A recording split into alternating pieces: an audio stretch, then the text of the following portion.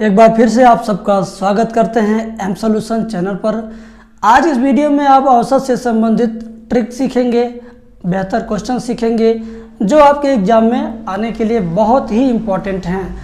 आप इस वीडियो को थोड़ा सा समय दीजिए, आप ट्रिक के साथ औसत का सवाल सीखेंगे जिसमें मैं आपको 100% समझा दूंगा कि आपको यह ट्रिक कैसे यूज़ करना है और कौन सा सवाल इस ट्रिक पर आपको सॉल्व करना है। तो देख लीजिए सवाल क्या है। सवाल आपको मैं दिखा दे रहा हूँ, आप भी पढ़ लीजिए और मैं भी पढ़ देता हूँ कि क्रिकेट टीम के 10 सदस्यों की औसत आयु 10 सदस्य, कितने सदस्य? 10 सदस्य। औसत आयु कितनी है? औसत आयु कितनी है भैया? औसत आयु 30 वर्ष है। ध्यान से देखिएगा, 10 सदस्य हैं, औसत आयु 30 वर्ष है। उनके साथ कप्तान को शामिल कर लेने पर औसत आयु 1 वर्ष बढ़ जाती है। यानी बाद में औसत आयु कितना हो गई? बाद में औसत कितना हो जा रहा भैया? बाद में औसत आयु 31 हो जाएगी। 1 वर्ष बढ़ने का मतलब 31 हो जाएगा ना। नया औसत आयु क्या हो गया? 31 वर्ष। पूछ रहा कप्तान की आयु बताइए।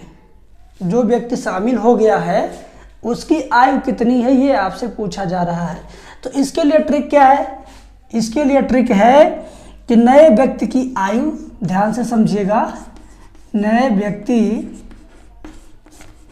की आयु बराबर आपको लिखना है नया औसत। नया औसत, ध्यान से समझना, याद कर लेना इसको। नया औसत प्लस वृद्धि, कितने लोग बढ़ गए, गुणे पहले की संख्या यानी पूर्व संख्या। पूर्व संख्या क्या थी? ध्यान से समझिएगा।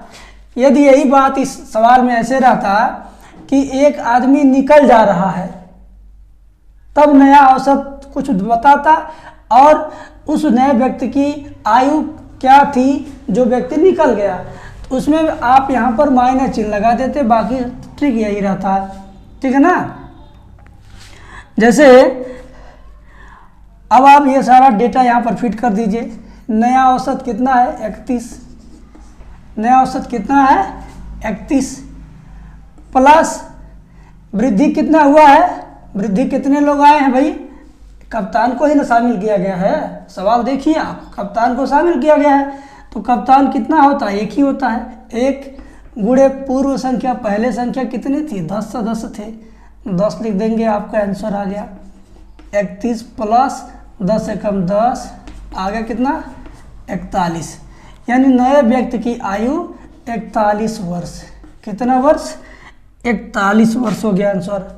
अभी आपको हो सकता है कि थोड़ा बहुत डाउट होगा समझने में।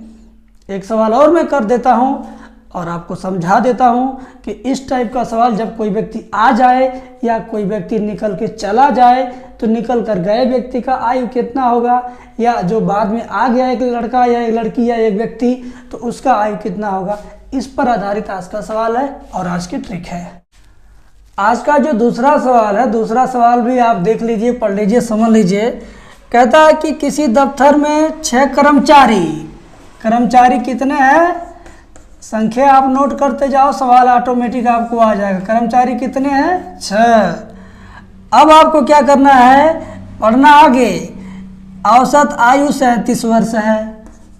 6 कर्मचारी की औसत आयु कितना वर्ष है? औसत आयु कितना वर्ष भैया? 37 वर्ष है। ठीक, इतना आपने लिख लिया प्रश्न में से देख करके। फिर बोला नया कर्मचारी नियुक्त हो जाने पर औसत आयु 2 वर्ष कम हो जाती है। औसत आयु 2 वर्ष कम कर दीजिए, यानी नया औसत आपका कितना हो जाएगा? नया औसत कितना हो जाएगा? इसमें 2 कम कर देंगे, 35 हो जाएगा। हो जाएगा ना। कितने लोग कम हो गए? कम कितने हुए?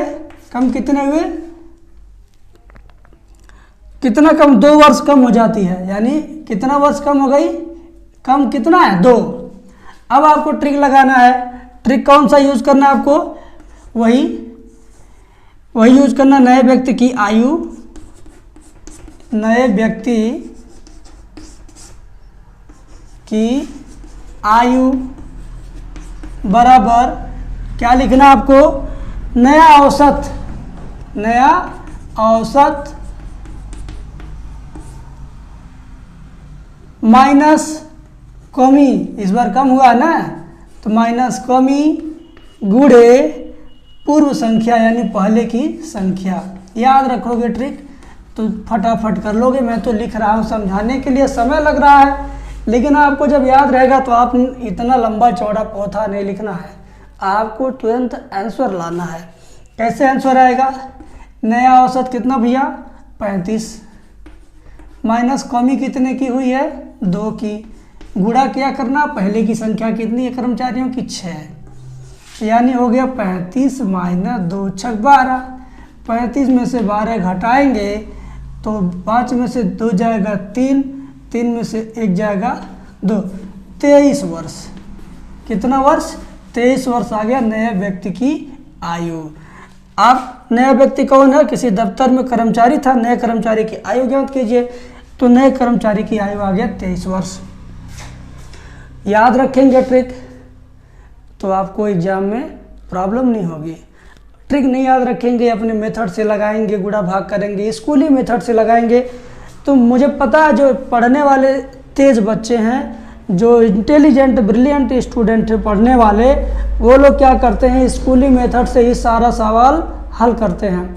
हल तो हो जाएगा सारा सवाल, लेकिन उनके लिए समय कम पड़ जाता है।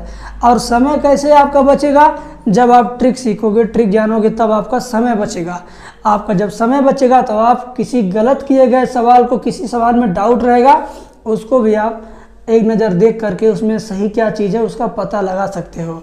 जब आपके पास टाइम नहीं बचेगा एग्जाम में, तो आप किसी डाउटफुल सवाल को लेकर के डिस्कस कब करेंगे, आपके पास तो टाइम ही नहीं है। आप तो जल्दी ठीक, अगर ऑप्शन मिल गया, विकल्प मिल गया तो मार दिए, विचार नहीं किए कि क्या गलत भी हो सकता है, क्योंकि आपके कैलकुलेशन में जितनी संख्याएं आती रहती हैं वही चीज़ विकल्प में दिया जाता है, ताकि लड़का जहां ही अपने विकल्प को पाए वहीं पर टिक कर जाए।